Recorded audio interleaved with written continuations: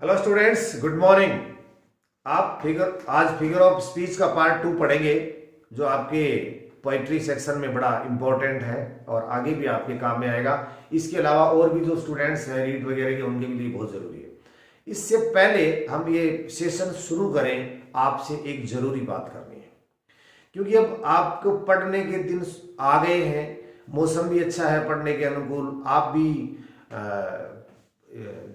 शिक्षक और टीचर दोनों पढ़ने पढ़ाने को उतावले हैं और अधिगम ऐसी स्थिति में बहुत ज्यादा होता है। जरूरी भी है क्योंकि आपको अच्छे नंबर डालें।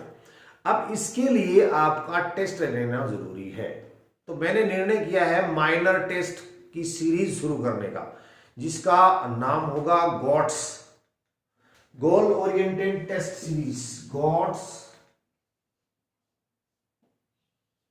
यानी ये होगी goal oriented text series. Goal का मतलब लक्ष्य, ओरिएंटेड तो बेस्ट समझ लीजिए आपको, एंड टेस्ट सीरीज होगा जिसको ये, तो उसकी सीरीज में गॉट्स 1, गॉट्स 2, गॉट्स 3 इस तरह से होंगे। कैसे लिया जाएगा और आपको क्या करना होगा और मेरे को क्या करना है उसमें, उसके लिए ये किया गया है कि पहले मैं अपने इंग्लिश की बात कर रहा हूं, ज्योग्राफी की बात नहीं करूंगा। पहले अल्टरनेट डे पे कर लेंगे, या पहले इंग्लिश की बात ऐसे करूंगी। इंग्लिश में आपको टेस्ट में क्या दिया जाएगा, मंडे को आपको एक पेपर दिया जाएगा। उससे पहले मैं आपको बता देता हूं उसके अंदर क्या आएगा और आपको क्या करना है। मंडे को मॉर्निंग में आपके सामने पेपर आ जाएगा, उसको आप पेपर को अपनी नोटबुक में अच्छी तरह से कर लेना, और नेक्स्ट डे उसके सॉल्यूशन बताऊंगा। अब आप ये सोच रहे होंगे कि आप नेक्स्ट डे बताओगे तो हमें उससे फायदा क्या होगा। फायदा ये होगा कि जो मैं बोर्ड पे उसका आंसर लिखूंगा उसमें आप 3, 4, 5, 6 तरीके से उत्तर दे सकते हैं। पोइम का आपने कोई शब्द लिखा होगा, आपने क्या, वो सारे शब्द बताऊंगा कि आपने अगर इन नॉर्म्स को फॉलो कर दिया तो आपका उत्तर सही है, भले ही आपके वर्ड्स अलग हो सकते हैं। इनके साथ साथ मंडे को जो चीज आपको मैं दे रहा हूं उसमें ये होगा, एक तो अपनी पोइम है 7 एजेस ऑफ मैन। ये जो पोइम है शेक्सपियर की जो हमने पढ़ी है, ये 7 एजेस ऑफ मैन वाली, इसके क्वेश्चन आंसर आएंगे। क्वेश्चन आएंगे आपके सामने 10 क्वेश्चन, छोटे हैं थोड़े बड़े भी हैं, जिस तरह के एग्जामिनेशन में होंगे वो आपको मिलेंगे। तो आपका काम क्या है, आपका काम है नोटबुक में इसके आंसर लिखना। एक क्योंकि एक बहुत जरूरी चीज ही है कि मैं ये चाहता हूं कि बुक्स के अलावा, जो दो आपकी बुक्स है उसके अलावा आपका कंपोजिशन भी साथ साथ में पूरा होना चाहिए। कंपोजिशन का मतलब नोटिस, इनविटेशन का रिप्लाई है, एडवर्टीजमेंट है, रिपोर्ट राइटिंग है, नोट मेकिंग है, बहुत जरूरी है, और वो पैसेज का से कॉम्प्रिहेंशन पैसेज से क्वेश्चन करने हैं, स्पीच राइटिंग है, फैक्चुअल डिस्क्रिप्शन है। इस तरह के जो क्वेश्चन है, इस वोकेबुलरी कंपोजिशन को हम साथ करते जाएंगे। तो इसको साथ में करेंगे कैसे, एक लेसन एक पोइट्री लेंगे, जिस दिन एक पोइट्री होगी उसके साथ एक कंपोजिशन का पार्ट दिया जाएगा। जैसे इसके साथ में जो दूसरा टॉपिक आ रहा है वो आ रहा है नोटिस, और नोटिस मैंने पढ़ा दिए हैं, उसमें से एक नोटिस का क्वेश्चन आपको मंडे को सुबह मिलेगा। उस नोटिस को आपको लिखना है। अब आप ये सोच रहे हो कि जितने सारे बच्चे 10, 20, 50, 100 जितने भी बच्चे हो जाते हो, अलग अलग आंसर लिखते हो, और मैं यहाँ नेक्स्ट डे जो सॉल्यूशन बताऊंगा उस पे एक नोटिस लिख दूंगा, क्या वही उत्तर होगा? अगर एक उस जैसा किसी स्टूडेंट ने लिखा तो क्या वो दूसरे गलत है? बिल्कुल नहीं, बिल्कुल गलत नहीं है। तो क्या कैसे चेक करेंगे? मैं आपको ये बताऊंगा कि आपको यहां अगर ये चीज लिखी है यहां तक, और इतने सारे शब्दों का प्रयोग करते हुए आपने ये चीज लिखी है, तो आपका सही है। जब हम चेक करेंगे तो आपको पता चलेगा कि आपको पूरे में से पूरे नंबर कैसे लाए जा सकते हैं।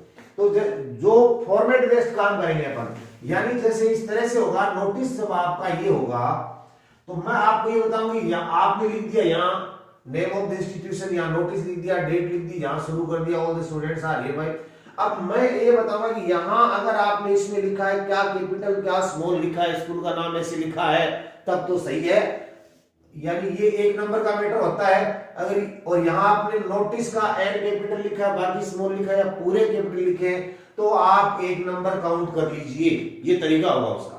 दूसरा, अगर आपने डेट का फॉर्मेट इस तरह से पहले टीएस लिखा है कि बाद में टीएस लिखा है, या कोमा लगाया है, क्या किया है, इसके अलावा यहां आपने शुरुआत की है और फिनिशिंग की है, ऊपर नीचे की मार्जिन कैसी है, बीच में बॉडी में आपने इंफॉर्मेशन दी है, टाइम दिया है, डेट दी है और वजह क्या है, किसको आना है, ये चीजें शामिल करते हुए कहां कैपिटल कहां स्मॉल लिखा है, ये किए हैं, तब तो आपको 5 में से 5 नंबर जोड़ने, अदरवाइज कहां काटने हैं सेम टाइम आपको बताऊंगा, आप अपनी नोटबुक में करेक्शन करना, बड़ा ईमानदारी से सेल्फ इवेल्युएशन होगा। क्वेश्चन जो है इसके 7 एज जो मेन जो इसके जो है शेक्सपियर की पोइम है उसकी 10 क्वेश्चन आपके सामने आएंगे, उसके वैल्यू पॉइंट्स और उसके आंसर कैसे जोड़ना कैसे करना ये किए जाएंगे। तैयार रखना, अच्छी तरह से तैयारी कर लेना। एक पोइम है, एक नोटिस है। अब आप एक फिर कंफ्यूजन में रहेंगे कि सर नोटिस आएगा कौन सा। नोटिस 3 तरह के होते हैं, अपने सिलेबस में देखिए। नोटिस एक तो होता है इंफॉर्मेशन वाला, ठीक है, दूसरा जिसमें कोई थ्रेट होती है, यानी स्कूल ऑफिस से आपने कुछ सामान वगैरह इश्यू करवा रखा है, आप वीडियो मेरे जो नोटिस की जो अपने चैनल पे एक प्लेलिस्ट दी हुई है नोटिस राइटिंग की, उसको आप पढ़ें। उसमें जो पहले वाला जो नोटिस है, सिर्फ पहले वाला पार्ट 1 उससे रिलेटेड आएगा, दूसरा तीसरा नहीं आएगा। एक जो थ्रेट की होती है, आपने स्कूल से सामान इश्यू करवा रखे हैं, वो इस बार अपने टेस्ट में नहीं आ रहा है। और तीसरा है लॉस्ट और फाउंड का,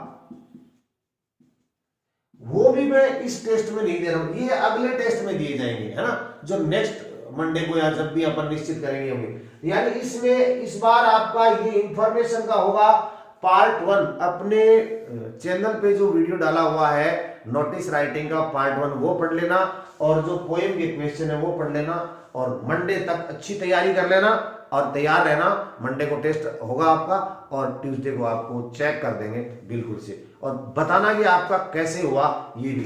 तो चलिए आज शुरू करते हैं, फिर आगे का राइमिंग स्कीम पढ़ेंगे। अभी राइमिंग स्कीम में अब आप ये सोच रहे होंगे कि यहां राइम स्कीम है, ये देखिए कहां काम में आएगी आपके। यदि आप 10th 12th 9th और 11th स्टूडेंट हैं तो आपके जरूर काम में आएगी। इसके अलावा अगर आप कॉलेज के स्टूडेंट हैं तो भी आपके काम में आएगी, लिटरेचर में आती है राइम स्कीम।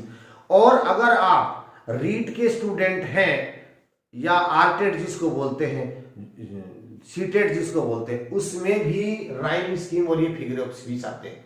बहुत छोटा सा कॉन्सेप्ट है, बहुत इजी है, आनंद आएगा पढ़ना देखना अभी क्या होता है कि ये राइम स्कीम होती क्या है। तुकबंदी होती है, आपने पढ़ा ना, जैसे हिंदी में कोई दोहा होता है, उसके लास्ट वाले वर्ड है उनका साउंड सेम होता है, सेम साउंड होता है, अंतिम वर्ड का सेम साउंड होता है, ठीक यही इसके अंदर होता है, उसको राइम स्कीम को तुकबंदी बोलते हैं। The pattern in which the last words in the lines of poetry rhyme करते हैं। ओके, क्या है द पैटर्न? इस पैटर्न इन विच, जिसमें द लास्ट वर्ड है, अंतिम जो शब्द है,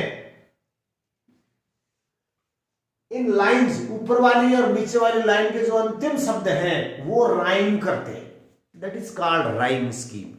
यहां तक तो ठीक है, तुकबंदी समझ में आ गई, लेकिन उसमें आपको आंसर में लिखना पड़ता है, इसमें rhyme scheme A B B है, इसमें राइम स्कीम ए बी है, इसमें rhyme scheme A B C है, या फिर इसमें rhyme scheme A B C A B है।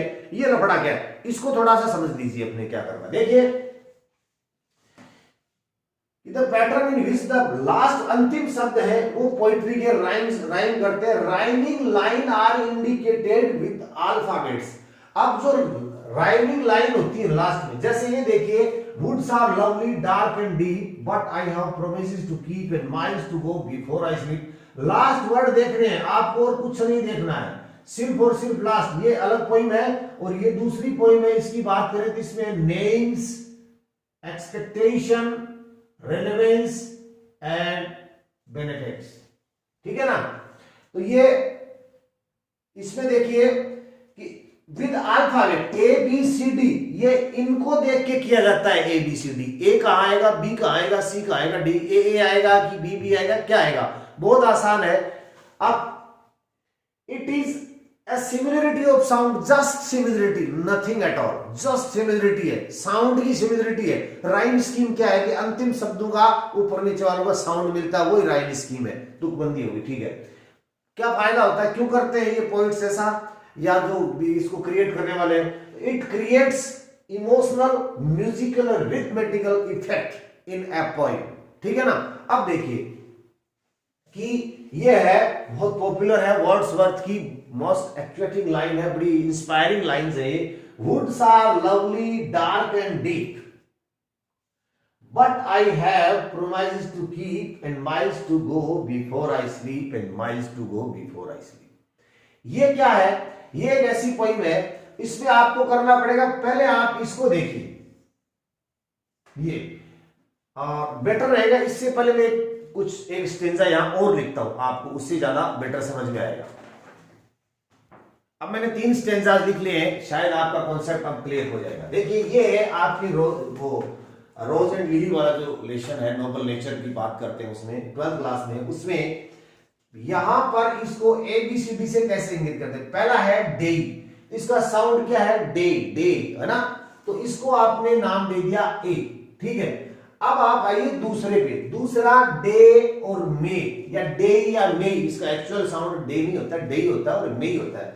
तो डे के अंदर साउंड मे मिल रहा है ना, तो ये भी ए ही है। ये एक दोबारा ए क्यों आ गया, क्योंकि इसका और इसका साउंड एक जैसा ही है, यानी इसका साउंड ए जैसा ही है।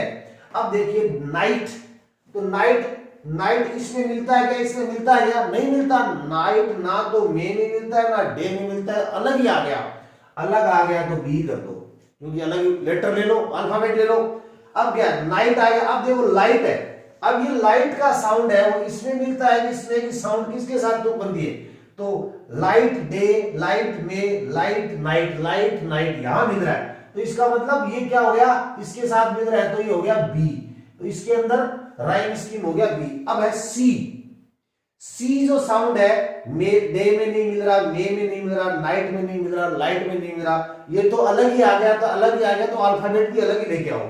तो क्या करोगे, इसका हो गया ए बी सी, और ये बी है, बी का साउंड इसमें नहीं, इसमें नहीं, इसमें नहीं, इसमें भी नहीं, सिर्फ सी में मिल रहा है। इसका अपने अल्फाबेट दे रखा है सी, तो ये हो गया सी। अब आप उत्तर लिख सकते हो, इसमें अगर प्रश्न पूछा है कि write the rhyme scheme used in this stanza by the poem, तो आप लिखोगे the rhyme scheme that is used in this stanza is A A B B and C C. Okay, अब देखिए इधर आइए, ये देखिए woods are lovely dark and deep, but I have promises to keep and miles to go before I sleep and miles to go before I sleep. पहला word है इसमें deep, तो डीप पहले को तो आपको ए देना ही होता है ना, ए हो गया इसमें। अब दूसरा कीप है, कीप का साउंड डीप से मिल रहा है ना, कीप डीप, कीप डीप मिल रहा है, तो आप इसमें मिल रहा है तो ए ही कर दो। अब देखिए स्लीप, स्लीप का ए में मिल रहा है, किस में मिल रहा है, स्लीप, कीप, डीप, एक ही चीज है, मिल रहा है, तो आप क्या करोगे, इसको भी ए करोगे, और फिर लास्ट में फिर स्लीप आ गया, वो भी मिल रहा है, तो इसकी। अब आपसे ये पूछा जाए कि write the rhyme scheme that is used in this stanza, तो you will have to write the rhyme scheme that is A A A A, ये राइम स्कीम होगी। अब देखिए आपकी पोइम है हाउप, हाउप जो पोइम है उसके अंदर ये स्टेंजा दिया हुआ है, hope is given different names, some call it expectation, others term it future relevance, ये नाम है जो होप के अलग अलग लोग देते हैं, इसका भी एक प्रश्न बनता है, एंड मेजर ऑफ बेनिफिक्शंस। तो पहले वाला है, ये देखिए नेम्स, तो इसको अगर आप पहले वाले को तो ए देना ही होता है, उसमें आपको सोचने की जरूरत नहीं, किसी के साथ मिलाना होता है नहीं, सीधा नाम दे दिया, पहला अल्फाबेट दे दिया।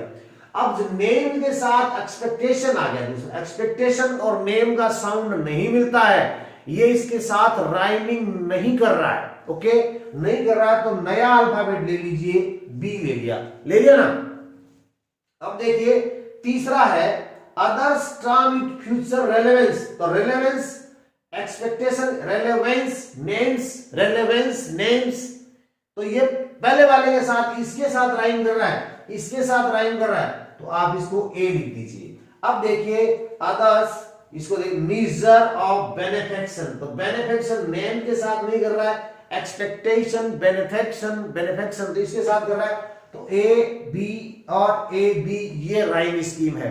इसको राइम स्कीम कहते हैं। अब आप देखिए कि अगर आपको एग्जामिनेशन में कोई भी क्वेश्चन आता है और आपसे पूछा जाता है कि इसमें राइम स्कीम क्या है, तो आप इस तरह से लास्ट वर्ड है उनमें राइम स्कीम देख के और लिख के और आगे बताएंगे कि इसमें राइम स्कीम यह है। 10th क्लास में एक्सप्लेनेशन आती है, उसमें अगर आप क्या लिखोगे, उसमें मैंने आपको एक्सप्लेनेशन कैसे की जाती है उसका एक फॉर्मेट बताया हुआ। The poetic device rhyme scheme is beautifully used here to enhance the beauty and melody of the poem. The rhyme scheme is A B B C C A, जो भी है whatever you can write it. अब देखेंगे alliteration और repetition. अब अगला जो figure of speech है वो है एलिट्रेशन। एलिट्रेशन को आप हिंदी में अगर पढ़ा हो तो अनुप्रास अलंकार कहते हैं। इंग्लिश में एलिट्रेशन होता है। एलिट्रेशन का मतलब होता है कि यूज ऑफ सेम लेटर और sound at the beginning of words in a line. यानी आपको ये देखना है कि use of same letter that must be of consonant family और sound, it may be a sound also, and beginning of the words. क्या होना चाहिए कि किसी शब्द के, किसी वर्ड के शुरुआत में होना चाहिए और वो भी कॉन्सोनेंट होना चाहिए। लेटर हो सकता है, साउंड भी हो सकता है, क्योंकि साउंड ऐसे हो सकता है कि जैसे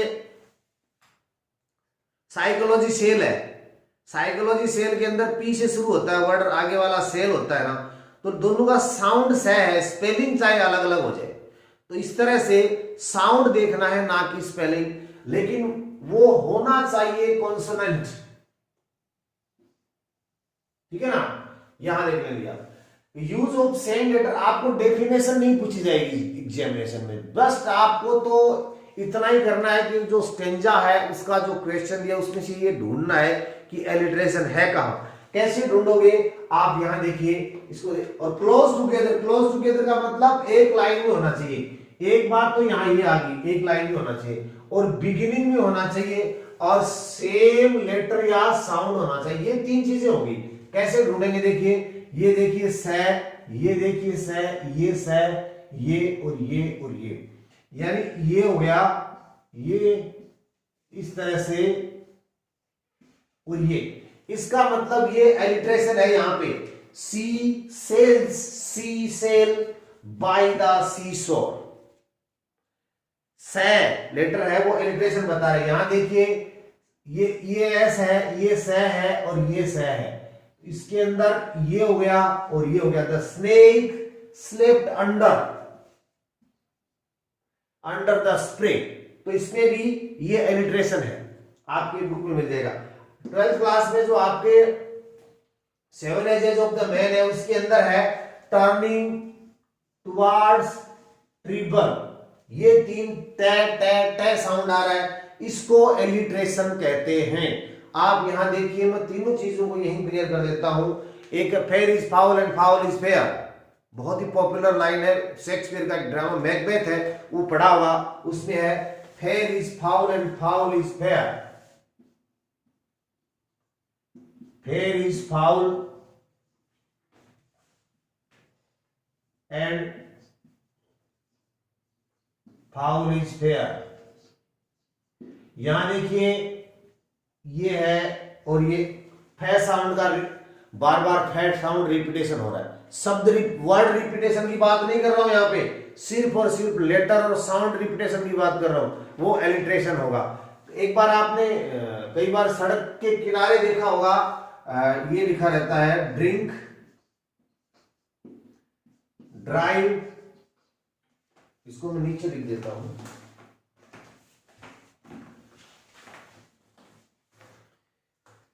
ऐसे रहता है कि drink, drive, don't mix. Highway पे लिखा रहता है, जैसे एक तो सीधी सी बात है शराब पीकर गाड़ी ना चलाएं, और एक है कि ड्रिंक, ड्राइव, डोंट मिक्स। तो इसके अंदर जो एलिट्रेशन कहां आ रहा है, एलिट्रेशन ये आ रहा है, देखो डे, डी और डी का जो डे साउंड है ना वो, या लेटर या साउंड दोनों का एक ही है ये, तो इसको कहते हैं एलिट्रेशन। अनुप्रास अलंकार। रिपीटेशन में क्या होता है मैं वो यही आपको बता देता हूं। देखिए रिपीटेशन है, उसके अंदर वर्ड रिपीट होता है ना। एक चीज थोड़ा सा इससे पहले मैं बता दूं, एक एसोनेंस होता है जिसको आप कोई अजोनेंस बोलता है, कोई असोनेंस बोलता है। ना तो वो अजोनेंस होता है ना वो असोनेंस होता है, वो होता है एसोनेंस। एसोनेंस इसके साथ इसलिए बता रहा हूं कि उसमें वावल साउंड का रिपीटेशन होता है। वो जरूरी नहीं है कि शुरुआत में हो, किसी शब्द के शुरुआत में ऐसे होता है उसमें, जैसे फाइट, माइट,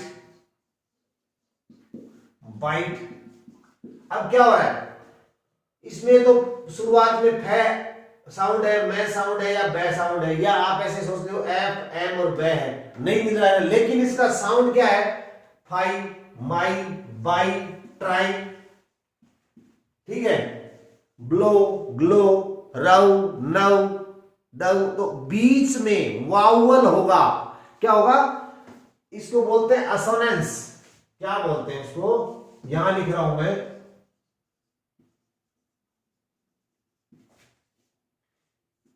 इसको फोनेटिकली ट्रांसक्रिप्शन लिखे तो आप ऐसे लिखेंगे, ये है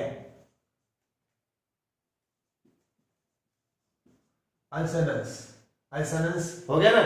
तो ये क्या है, ये एलिट्रेशन में तो पहला लेटर होता है ना, वो सेम होता है। एसोनेंस के अंदर क्या होता है कि शुरुआत में नहीं, शब्द के बीच में वावल साउंड एक होता है। क्या होता है, एसोनेंस में वर्ड के बीच में वावल साउंड एक होता है। जैसे देखिए फाइट में I, fight, might, bite, kite, right, light, glow, blow, ठीक है ना, नव, गव, इस तरह से होता है। तो वावल साउंड का होता है, इसमें वावल साउंड बीच में आता है। अब देखिए मैं रिपीटेशन एक अलंकार लास्ट में हो रहा है वो बता देता हूं।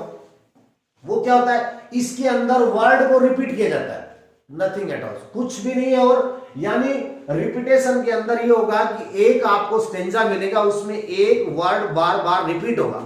कैसे, कहां हो रहा है, जैसे 10th क्लास में रिस्क पोइम है आपकी, उसमें one who risk nothing, is nothing, has nothing और अचीव नथिंग। तो नथिंग नथिंग नथिंग नथिंग बार बार, पूरा शब्द बार बार आ रहा है, दैट इज कॉल्ड रिपीटेशन। तो आपको लिख देना है कि रिपीटेशन अलंकार इज ब्यूटीफुली यूज्ड हियर। कौन सा अलंकार है, कौन सा फिगर ऑफ स्पीच इसमें काम में लिया गया है, तो आप लिख सकते हो कि इसमें रिपीटेशन है। 12th क्लास के अंदर 7 एजेस ऑफ मैन के अंदर लिखा हुआ है कि sense teeth, sense test, sense everything, यानी सेंस का बार बार जो रिपीट हो रहा है, तो वहां उसमें भी रिपीटेशन अलंकार है। रिपीटेशन फिगर ऑफ स्पीच का प्रयोग किया गया। तो ये फिगर ऑफ स्पीच थे, अलग अलग क्लासेज में, अलग अलग कॉम्पिटिशन के इतिहास से, सबके लिए जरूरी है। लेकिन 10th और 12th क्लास में जब आपको डायरेक्टली पूछा जाता है तो आप ढूंढ के उसको बताएंगे metaphor is used here in these words, in these lines, और alliteration used here and so. तो इसलिए फिगर ऑफ स्पीच खत्म हो। एक बार फिर अब मैं बात कर लेता हूं अपने टेस्ट की। मंडे को आपको टेस्ट मिलेगा और उस टेस्ट के अंदर आपको मिलेंगे 7 एजेस ऑफ मैन के क्वेश्चन 10 और एक नोटिस राइटिंग पार्ट 1 में से कोई क्वेश्चन दूंगा। तैयार रहिए, अच्छी तैयारी करिए। मंडे को और ट्यूसडे को इसको आंसर बताएंगे। धन्यवाद।